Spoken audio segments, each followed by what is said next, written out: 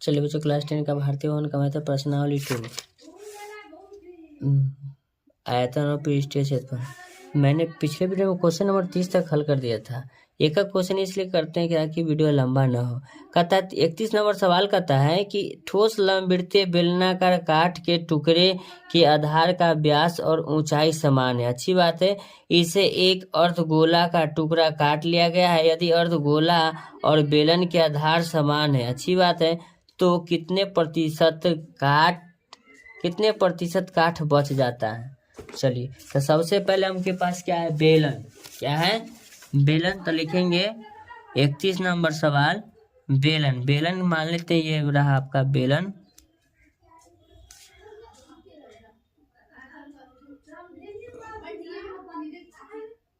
ये बेलन का जो है ऊंचाई मान लेते हैं कि h है। क्या है, h है। इसका जो है आपका त्रिज्या मान लेते हैं क्या है, r है। क्या है, त्रिज्या r है। तो लिखेंगे सबसे पहले इस सवाल में एक ट्विस्ट है, यहाँ पर आप देखिएगा। ठोस लंबवृत्तीय बेलनाकार काठ के टुकड़े का आधार और व्यास क्या है, यानी आधार का व्यास और ऊंचाई आपका क्या है, समान है। समान है, समझिएगा। तो समान करने का मतलब जो ऊंचाई है वो आपका क्या है, त्रिज्या भी है। तो हम लिखेंगे ऊंचाई बराबर त्रिज्या, लिखेंगे बेलन के त्रिज्या बराबर बेलन के ऊंचाई। प्रश्न में कहता है, तो माना कि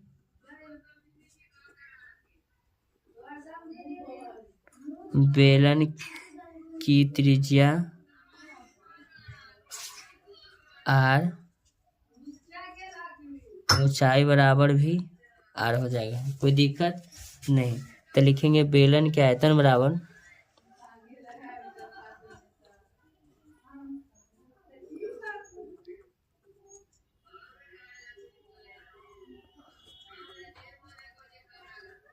पाई r स्क्वायर h, पाई r स्क्वायर के r स्क्वायर h की जगह पर आपका क्या हो जाएगा, ऊंचाई r है। क्या कि दोनों समान है ना बाबू। r लिखेंगे पाई r क्यू। क्या लिखेंगे, पाई r क्यू लिखेंगे। आप देखना अर्धगोला के भी आयतन सेम है, यानी कि इसमें भी कुछ परिवर्तन नहीं हुआ है ना। तब लिखेंगे अर्धगोला। क्या लिखेंगे, अर्धगोला का आयतन यही में से काटा जाता है ना। चलिए, मान लीजिएगा कि आपका ये अर्धगोला है, गोला पूरा गोल रहता है। ये आपका क्या हुआ, अर्धगोला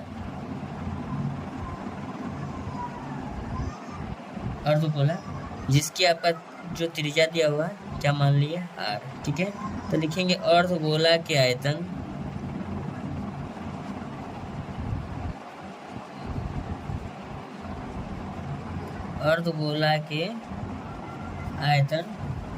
बराबर सूत्र होता है 2/3 पाई r। क्या लिखेंगे, क्यू लिखेंगे। अब यहाँ देखिएगा अर्धगोला का आयतन लिख दिए। अब कहते हैं कि शेष बेलन का आयतन, ठीक है, क्योंकि काटा जाता है, तो लिखेंगे शेष बेलन का आयतन बराबर। तो शेष बेलन का आयतन, किसमें से बेलन काटा जा रहा है, बेलन में से क्या काटा जा रहा है, अर्धगोला। तब बेलन का आयतन हो जाएगा पाई r क्यू। इसमें से आपको घटाना है 2 पाई r क्यू बटे में आपका क्या है, 3 है, बटा में 3 है। शेष बेलन का आयतन देखिएगा पाई r क्यू बटा में कुछ नहीं हुआ। देखिएगा बेलन के आयतन हम निकाले हैं, यहाँ बेलन के आयतन निकाले हैं पाई r क्यू। ठीक है, तो शेष का मतलब इसमें से हमको घटाना होगा पाई r क्यू बटे आपका 1 हो जाएगा, माइनस इसका घटाएंगे अर्धगोला का, कि इसी में से काट रहे तो घटाना ही पड़ेगा। तो लिखेंगे 2 पाई r क्यू बटे आपका हो जाएगा 3, क्योंकि हमको इसमें से क्या करना है, घटाना है। चलिए, अब इसका हम लघुत्तम निकालेंगे। फिर थोड़ा सा फटा हुआ था, इसका लघुत्तम 1 का 3 का लघुत्तम 3 हो जाएगा। 1 से भागा देंगे 3 बार में जाएगा, तो नहीं कि 3 पाई r क्यू होगा, माइनस 3 से भागा देंगे 1 बार में जाएगा 2 पाई r क्यू। फिर लिखेंगे बराबर कितना बचेगा, पाई r क्यू बटे क्या बचेगा आपका 3 बचेगा। तब पाई r क्यू बचे आपका क्या बचेगा, 3। तो हमको बोला है कि परसेंटेज आपको निकालना है। तो कोई भी चीज अपने आप में 100% होता है। ठीक है, तो देखेंगे, लिखेंगे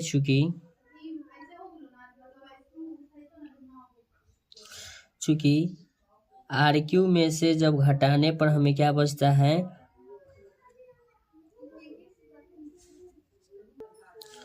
लिखेंगे पाई RQ, ठीक है, पाई RQ बटे आपका यह 3 है। इसमें आपको जब भागा देना होगा, मेरा मूल जो है कितना आया था, भागा देना है पाई RQ, देखना मेरा जो पूरा मूल का आयतन है इसमें हमको भागा देना है। तो देखना बेलन का आयतन मेरे पास इतना आया, ठीक है, इसमें हमको भागा दे देना है ना, जो बचा उसमें। तब परसेंटेज निकालने के लिए हमको 100 से, इसमें कोई भी चीज़ अपने आप में 100 रहता है, ठीक है।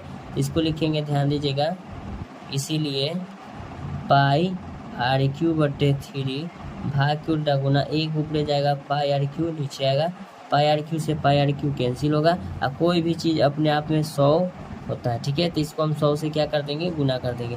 तो 100 से गुना कर देंगे तो आपको यह आ गया कितना, यहाँ हम लिख देंगे 100 गुना 100 और बटा में आपका क्या हो गया, 3 हो गया। कितना हो जाएगा, 3 हो जाएगा। तो अब आपको ये आपका इसका आ गया, ठीक है। तो हमको प्रतिशत का आयतन, ठीक है ना, तो लिखेंगे प्रतिशत आयतन बराबर, तो आपका कोई भी चीज़ 100 रहता है, क्या रहता है, 100। तो 100 में से आपको कितना आया है, इतना। तो इसको घटाना होगा, 100 बटा 3 को आपको घटाना होगा, तब इसका आपका परसेंटेज निकालना है। चलिए इसको हम घटा देंगे, 1 का 3 की लघुत्तम कितना हो जाएगा, 3। 3 से गुना कर देंगे तो 300, -3 में 3 से भाग देंगे, 1 गुना 1 100। तो आपका ये आ जाएगा 200, कितना आ जाएगा आपका, ये होगा 200। तो 200 बटा 3, इसमें जब हम भाग देंगे तो 66.2/3 आपका ये प्रतिशत हो जाएगा। तो ऐसा ही वीडियो का कंटेंट पाने के लिए आप मेरे चैनल को लाइक करें, सब्सक्राइब करें। थैंक यू सो मच, मिलते हैं आपसे नेक्स्ट वीडियो। मेरे वीडियो पर समय देने के लिए धन्यवाद। आपका दिन शुभ हो।